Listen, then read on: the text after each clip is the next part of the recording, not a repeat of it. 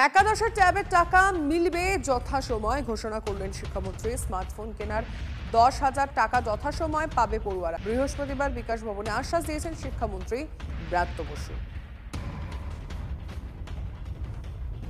প্রিয় একাদশ ও দ্বাদশ শ্রেণীর শিক্ষার্থী বন্ধুরা, তোমাদের অনেকের মনেই প্রশ্ন তোমাদের ট্যাবের টাকা কবে ঢুকবে। আজকে এই ট্যাবের টাকা সংক্রান্ত বিষয়ে আমরা আলোচনা করব।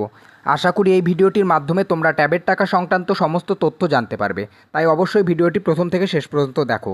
তো চলো শুরু করা যাক আজকের আলোচনা।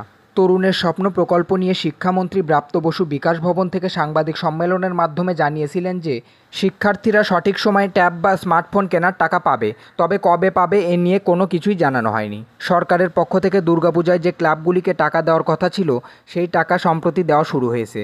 পাশাপাশি অন্যান্য প্রকল্পের টাকাও রাজ্য সরকার দেওয়া শুরু করেছে। সেই সূত্রে জানা যাচ্ছে আগামী 26শে সেপ্টেম্বর যেহেতু ঈশ্বরচন্দ্র বিদ্যাসাগর মহাশয়ের জন্মজয়ন্তী রয়েছে, সেক্ষেত্রে শিক্ষা দপ্তর থেকে কোনো পদক্ষেপ নেওয়া হতে পারে।